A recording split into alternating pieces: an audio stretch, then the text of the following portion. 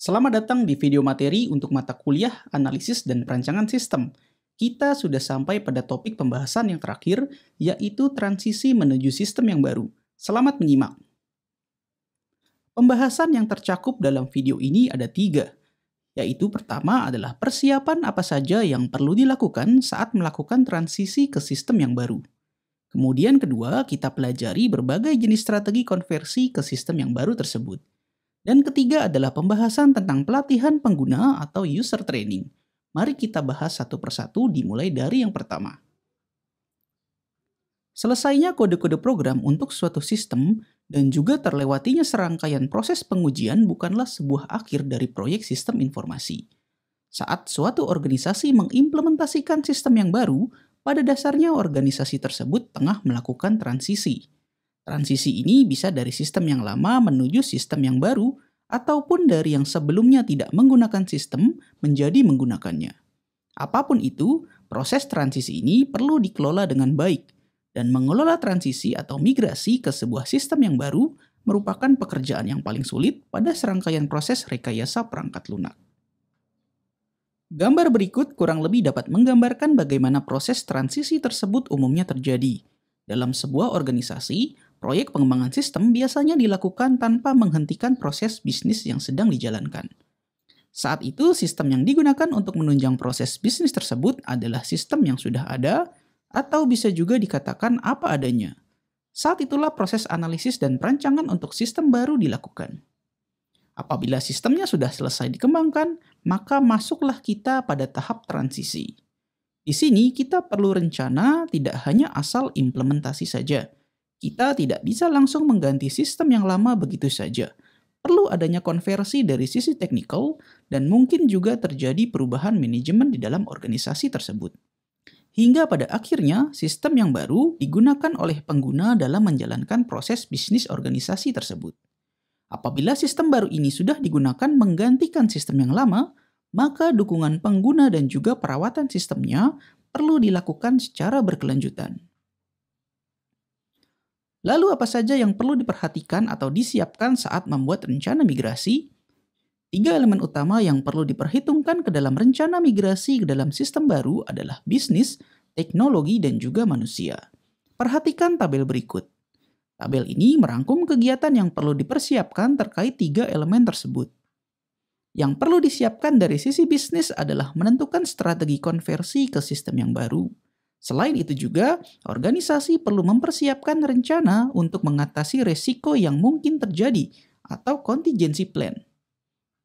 Sementara itu, yang perlu disiapkan dari elemen teknologinya mencakup instalasi hardware dan software, dan juga migrasi serta konversi data yang digunakan oleh sistemnya. Dan persiapan dari sisi SDM mencakup aktivitas, menyesuaikan kebijakan manajemen, menghitung cost and benefits, memotivasi untuk pindah ke sistem yang baru, dan menyelenggarakan pelatihan pengguna. Jika diuraikan dalam langkah-langkah yang perlu dilakukan saat transisi ke sistem yang baru, maka secara umum ada 8 langkah yang perlu dipikirkan ketika kita membuat rencana migrasinya. Pertama adalah menentukan strategi konversi dari sistem lama ke sistem yang baru. Lalu kedua adalah menyiapkan rencana cadangan untuk bisnis yang dijalankan oleh organisasi, atau istilahnya adalah business contingency plan. Ketiga adalah menyiapkan teknologi yang dibutuhkan, lalu menyiapkan juga orang-orang atau pengguna untuk sistem yang baru. Langkah kelima adalah memahami penolakan terhadap perubahan. Biasanya datang dari pengguna yang sudah nyaman dengan sistem yang lama. Lalu langkah keenam adalah memperbaiki atau merevisi kebijakan manajemen. Dan langkah ketujuh adalah menghitung biaya pengeluaran dan manfaat yang didapatkan. Dan langkah kedelapan adalah melakukan pelatihan untuk pengguna. 8 langkah umum ini harus tercakup dalam rencana migrasi menuju sistem yang baru. Kita telah banyak menyinggung tentang strategi konversi, namun apa sebetulnya strategi konversi tersebut atau berapa pilihan strategi yang bisa kita lakukan? Maksud dari konversi di sini adalah tentang bagaimana sistem yang baru ini diimplementasikan sepenuhnya. Ada banyak cara yang bisa dilakukan, mulai dari langsung menggantinya 100% atau secara bertahap dari modul-modul kecil terlebih dahulu. Pemilihan strategi konversi secara umum dapat dikelompokkan ke dalam 3 bagian, yaitu dilihat dari style atau gayanya, dari modul sistemnya, dan dari lokasinya. Dilihat dari gayanya, konversi ke sistem yang baru dapat dilakukan dengan dua cara, yaitu secara langsung atau direct, ataupun paralel. Maksud direct di sini adalah pergantian sistem dilakukan secara langsung atau instan ketika sistemnya sudah selesai dikembangkan. Biasanya konversi direct dilakukan apabila memang pada awalnya organisasi belum menggunakan sistem sama sekali. Sementara itu, jika dilihat dari modul sistemnya, kita dapat berpindah langsung ke sistem yang baru secara menyeluruh, artinya memang langsung semua modul diberikan kepada pengguna, atau alternatifnya, organisasi juga dapat menggunakan sistem modul by modul. Di sini, sistem baru diterapkan tidak sekaligus, melainkan modul demi modul. Dari sisi lokasi, strategi konversi yang dipilih kurang lebih ada 3. Pertama adalah pilot conversion. Dalam strategi ini, organisasi memilih satu atau beberapa lokasi untuk percontohan terlebih dahulu. Jika berhasil diterapkan, maka dilakukan pada semua lokasi. Strategi yang kedua terkait lokasi adalah phased, atau bertahap mulai dari satu kelompok lokasi tertentu dan dilanjutkan ke lokasi yang berikutnya. Lalu strategi yang terakhir adalah simultaneous, yaitu dilakukan secara bersamaan pada semua lokasi yang ada. Setiap strategi yang sudah disebutkan tadi tidak satu pun yang merupakan strategi yang superior. Tak ada satu strategi yang dapat menyelesaikan segala bentuk kondisi organisasi. Karena itulah proses untuk menentukan strategi yang tepat diperlukan analisis yang mendalam. Perlu dipahami resiko, biaya, dan waktu yang dibutuhkan oleh masing-masing strategi sebelum kita menerapkannya. Perhatikan tabel berikut. Tabel ini menunjukkan kelebihan dan kekurangan dari masing-masing strategi dilihat dari resiko, biaya, dan juga waktunya. Mari kita lihat tabel yang ada. Strategi direct conversion memiliki keunggulan pada biaya yang murah dan waktu yang singkat untuk dapat diimplementasikan dalam suatu organisasi. Namun, ini memiliki resiko yang paling tinggi jika dibandingkan dengan strategi lain. Perbandingan yang kontras dapat dilihat pada strategi parallel conversion. Pada strategi ini, resiko kegagalan implementasinya jauh lebih rendah. Namun, biayanya akan sangat mahal dan waktu yang diperlukan juga lebih lama dibandingkan dengan direct conversion tadi. Saat memilih strategi yang tepat, kita perlu mengetahui kondisi yang dimiliki oleh organisasi. Misalnya, jika waktu yang dimiliki terbatas, maka pilihan yang tersedia adalah strategi direct conversion, simultaneous, dan juga whole system conversion. Ketiganya hanya butuh waktu transisi yang singkat. Namun perlu diingat, ketiganya sama-sama memiliki faktor risiko yang sangat tinggi kegagalannya. Namun jika biaya tidak menjadi isu atau organisasi menyediakan biaya yang besar untuk proses konversi, maka paralel dan pilot conversion adalah pilihan yang tepat. Keduanya memiliki tingkat keberhasilan tertinggi, walaupun yang dikorbankan adalah biaya yang tidak sedikit. Seperti itu kurang lebih bagaimana seorang analis menentukan strategi konversi yang tepat agar organisasi dapat menggunakan sistem yang baru. Selain menentukan strategi konversi yang tepat, satu hal lain yang perlu direncanakan adalah pelatihan untuk pengguna sistem. Tentu kita sudah bisa menjawab pertanyaan seperti mengapa perlu pelatihan pengguna. Harus kita sadari bahwa sistem sebagus apapun menjadi tidak berguna jika user tidak bisa menggunakannya. Oleh karena itu, pelatihan perlu dilakukan sebagai pembekalan kemampuan yang diperlukan oleh user untuk dapat menggunakan sistem yang baru dengan baik. Sama halnya dengan ketika menentukan strategi konversi, pelatihan pengguna juga perlu dibuat perencanaannya. Rencana pelatihan ini akan menjawab apa saja yang diberikan pada saat pelatihan dan juga bagaimana pelatihan tersebut akan dilakukan. Bagaimana pelatihan pengguna diberikan sebetulnya memiliki 3 alternatif. Pertama adalah one-on-one training. Di sini seorang fasilitator atau instruktur mengajarkan seorang pengguna secara langsung. Mirip seperti pelatihan yang bersifat private. Lalu yang kedua adalah classroom training. Pada model pelatihan ini, fasilitator mengajarkan sejumlah pengguna sistem dalam kelompok kecil secara langsung di ruangan kelas. Ini mirip seperti pembelajaran tatap muka di kelas. Ada seorang instruktur dan juga sejumlah peserta pembelajaran. Dan yang ketiga adalah computer-based training. yaitu pelatihan diberikan melalui bantuan komputer, atau istilah umumnya adalah e-learning. Seringkali para peserta pelatihan tidak bertemu dengan fasilitator secara langsung, melainkan memanfaatkan berbagai bentuk teknologi pembelajaran secara daring. Saat hendak memilih bentuk pelatihan yang ingin diberikan, tentu harus kita ketahui terlebih dahulu setiap kekurangan dan kelebihannya masing-masing. Sekurang-kurangnya kita perlu pahami biaya untuk pengembangan materi, biaya pelaksanaan, dampak, dan jangkauan yang dibutuhkan oleh masing-masing strategi tersebut. Perhatikan tabel berikut. Tabel ini dapat membantu kita untuk memilih bentuk pelatihan yang sesuai dilihat dari 4 aspek tadi. Pelatihan one-on-one atau private cenderung memiliki biaya yang rendah untuk pengembangan materinya, namun mahal untuk pelaksanaannya. Jangkauannya pun sempit karena biasanya hanya memiliki 1 hingga 5 peserta saja. Namun keunggulan terbesarnya adalah dampak yang sangat besar. Artinya, setiap peserta yang mengikutinya akan memiliki pemahaman yang paling baik dibandingkan dengan bentuk pelatihan yang lain. Sementara itu, classroom training adalah bentuk pelatihan yang paling seimbang. Biaya pembuatan materinya dan juga pelaksanaannya tidak terlalu mahal. Dampak dan jangkauannya pun juga sedang.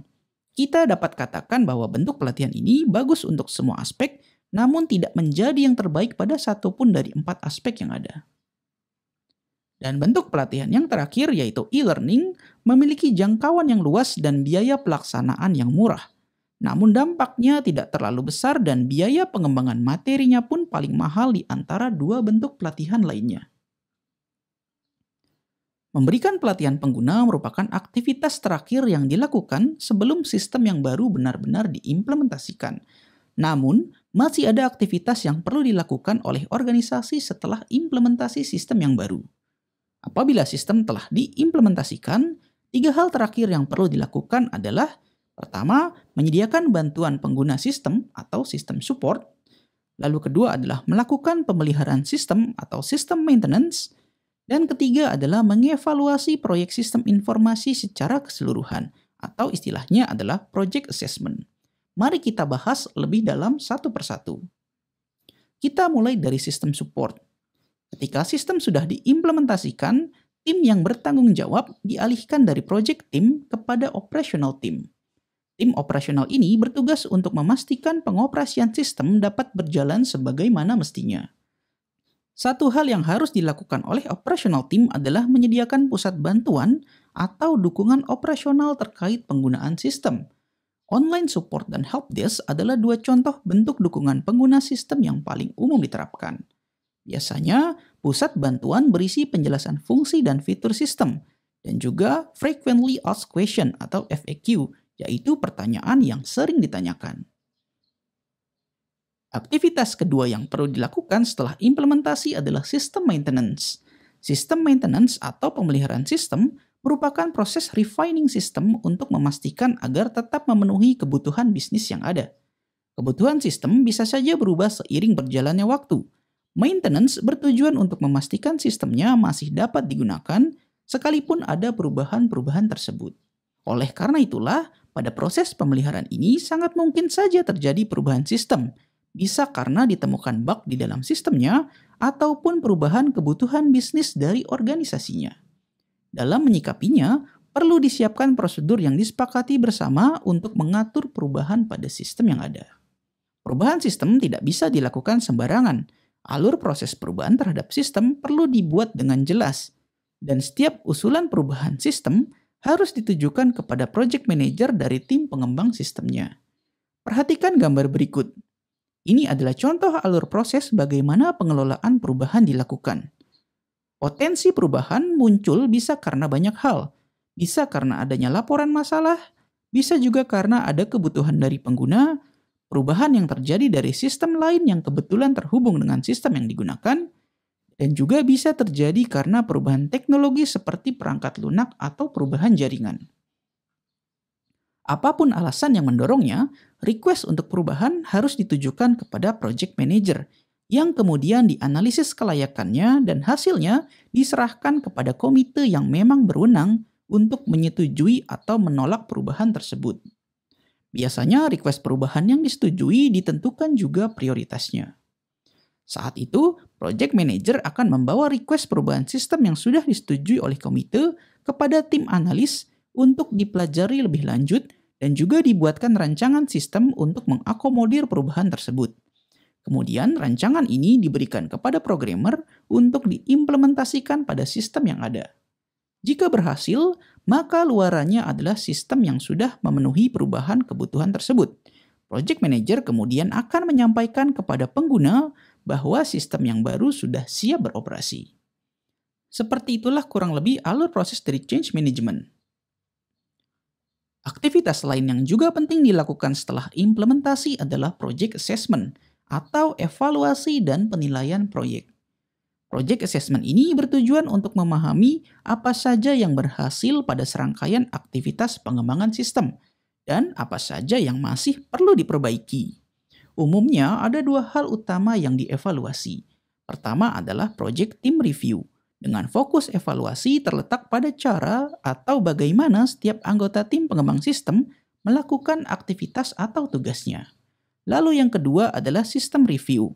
Di sini, fokus evaluasi terletak pada apakah sistem yang diimplementasikan sesuai dengan apa yang direncanakan pada tahap awal pengembangan. Pertanyaan yang harus dijawab adalah bagaimana kesesuaian sistem yang diimplementasikan di lapangan dengan rencana di awal proyek pengembangannya. Dengan melakukan kedua evaluasi tersebut, maka project team akan mendapatkan pelajaran dari proyek yang dilakukannya.